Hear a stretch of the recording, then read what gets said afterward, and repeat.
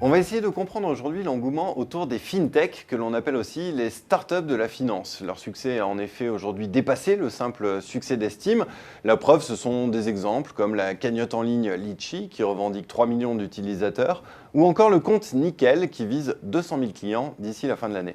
Bonjour Hubert de Vauplane. Bonjour. Alors vous êtes avocat associé au sein du cabinet Kramer-Levin. Quelles sont selon vous les raisons de cet engouement pour les fintech ? Je pense que les fintech renouvellent l'expérience client avec l'utilisation du digital comme un vecteur fort de distribution de produits. Prenons un exemple.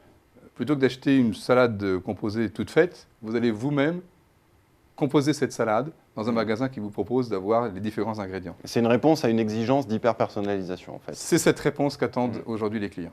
Est-ce qu'on peut dire que l'apparition des fintech, c'est une réaction par rapport aux banques et notamment par rapport à la crise de défiance qui est née en 2008 ? Je ne pense pas qu'il faille opposer systématiquement banque et fintech. Vous avez des fintech qui sont des startups qui fonctionnent un peu dans leur modalité comme des banques, et puis des banques qui peuvent fonctionner comme des startups. Il ne faut pas opposer les deux mondes. Je pense qu'il y a une complémentarité. La vraie différence, elle est dans l'approche client. L'autre chose qu'il faut avoir en tête, c'est que le mode de fonctionnement de la banque fait qu'elle propose des produits packagés, des produits dans lesquels vous en avez plusieurs dans un. La carte bancaire en est un bon exemple. Et vous ne pouvez pas dire, je veux ce petit bout de la carte bancaire et je veux payer que pour ça et pas l'autre bout.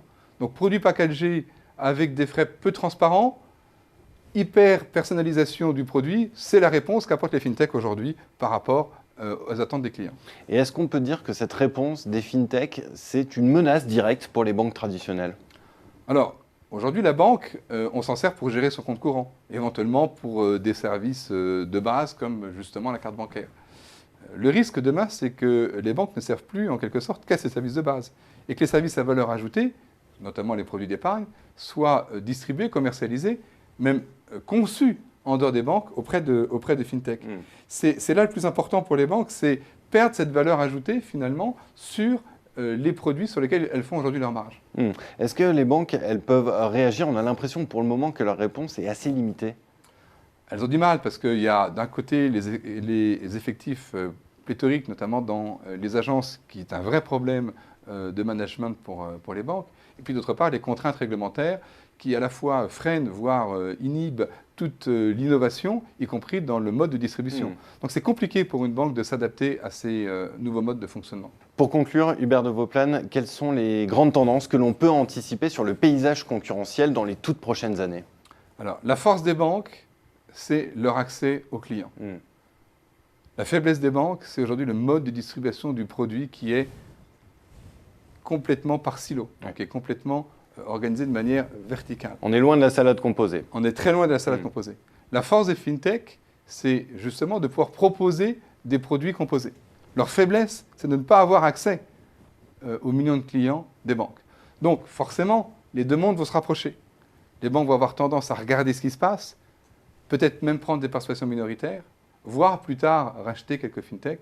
Et les fintech vont avoir tendance à se brancher, si je puis dire, sur les banques, ne serait-ce que pour distribuer leurs produits à valeur ajoutée. Donc les deux, loin de s'opposer, vont sans doute se compléter.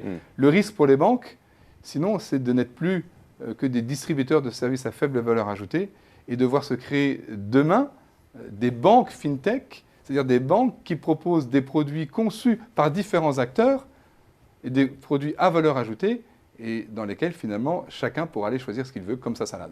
Donc il y a bien un risque. Hubert de Vauplane, merci d'être venu décrypter cet engouement pour les fintech, les startups de la finance. Merci. Merci à vous.